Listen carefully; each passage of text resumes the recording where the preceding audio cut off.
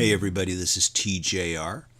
And after all the comments I got on my video from last week dealing with the pilot episode of the Orville, I thought that I should comment on episode 2. I want to first thank everybody for their comments. I really do appreciate it. I tried to respond to as many comments as I could, but I couldn't respond to everybody. But I did read every single comment, so thank you very much. Now, as for this episode, I was really enjoying the first half of this episode quite a lot, and I thought the series had already made a big improvement in a number of ways, just from one episode to the next. And then a few things happened during the second half that really bothered me.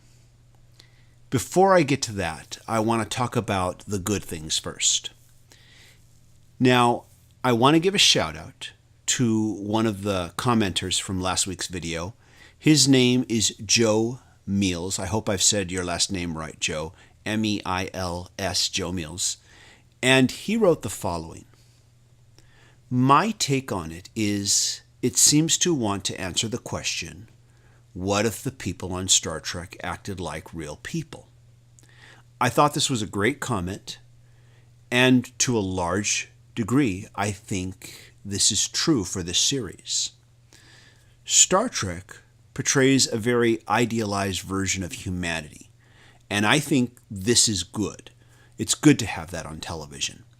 And to a large extent, alien races on Star Trek are there to symbolize the more baser aspects of humanity so that you can contrast it to the idealized version. This is why I've always never completely seen Star Trek as hardcore science fiction, because in hardcore science fiction, you wouldn't have so many humanoid aliens. You'd have a lot of non-humanoid aliens, aliens that were balls of gas and stuff like that. You do have that on the original Star Trek, but mostly you have humanoid aliens, as you do here on the Orville. But I think that through the comedy, we see these characters acting more the way real people would. A good example, of course, is that in this episode, Alara is put in command on what's supposed to be just a routine mission. Suddenly there is a crisis, and she has to make some very hard decisions, and she doesn't feel prepared for command. At one point, she freaks out, runs off, consults the chief medical officer and says, "Can't you find me unfit for duty? I'm in way over my head here." From my own personal experience in real life, I can say I've been through situations like this where I suddenly felt way over my head and was looking for an escape hatch. But there was no escape hatch. I had to face it. And I felt this rang very true the way this was portrayed.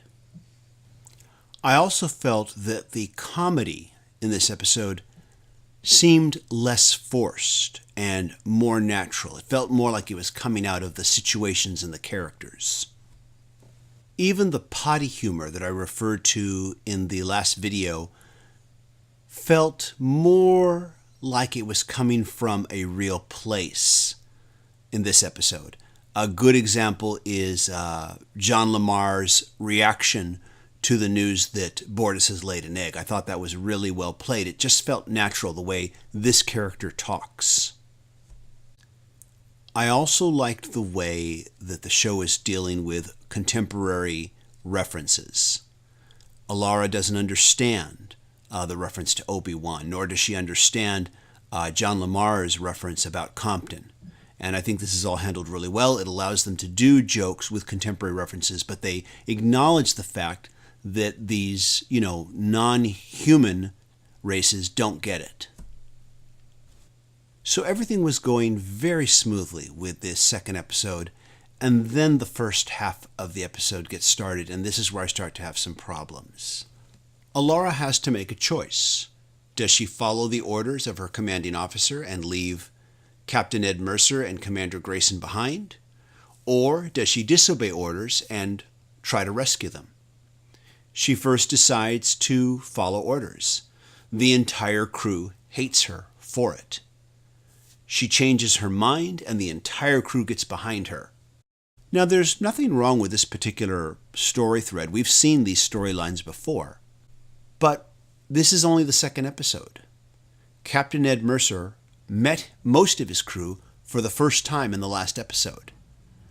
So where was the bonding between him and this crew that the entire crew would basically hate Alara for not disobeying orders, and then suddenly cheers her on as the hero or heroine when she decides to disobey orders and go back and rescue the captain and the commander? Now, you might be tempted to tell me that this is more of just a general military attitude of don't leave your fellow officers behind, and I can appreciate that.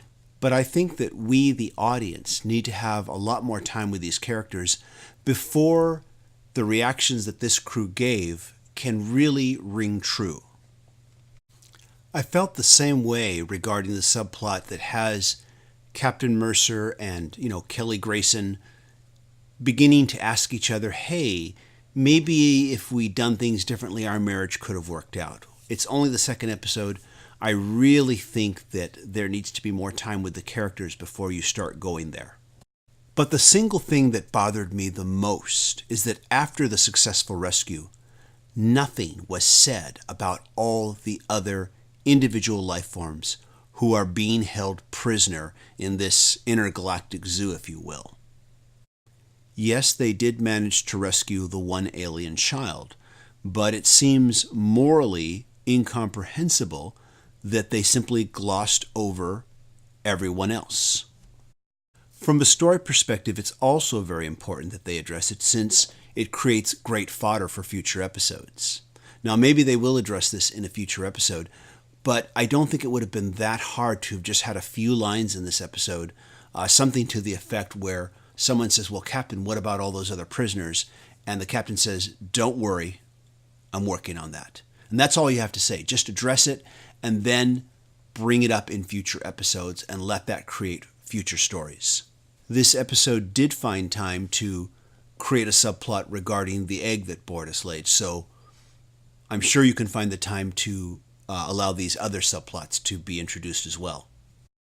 Now, in spite of what I've just said, I want to state that I still enjoyed this episode. For me, the good outweighed the bad.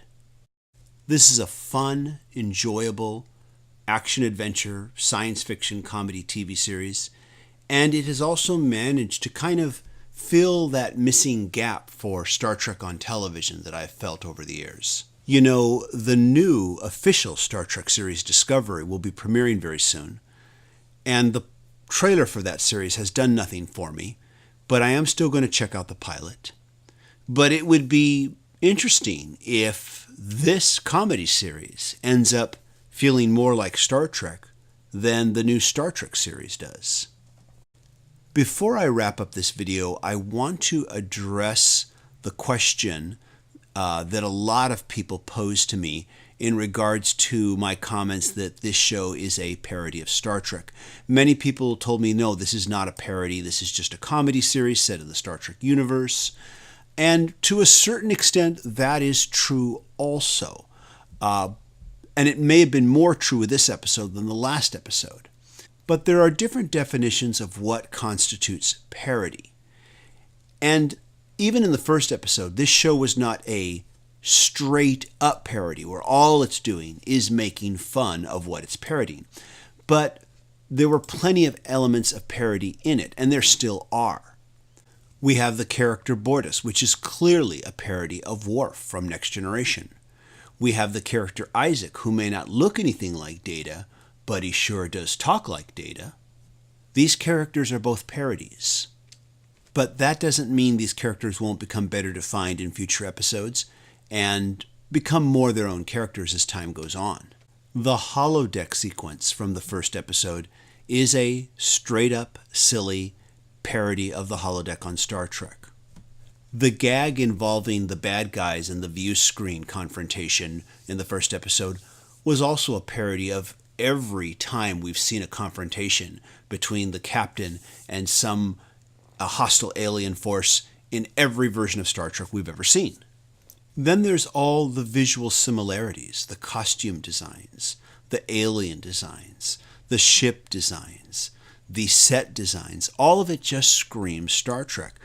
To a certain extent, I think the show's producers are going to have to call it a Star Trek parody.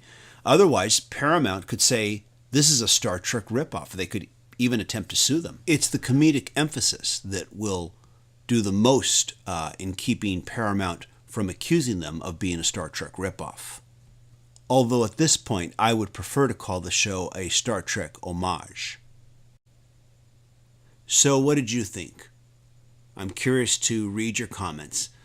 Thanks again, everybody, for watching, and if you haven't done so, please subscribe to the channel and be sure to click notifications so you can know when I create new videos. Thanks for watching. Bye-bye.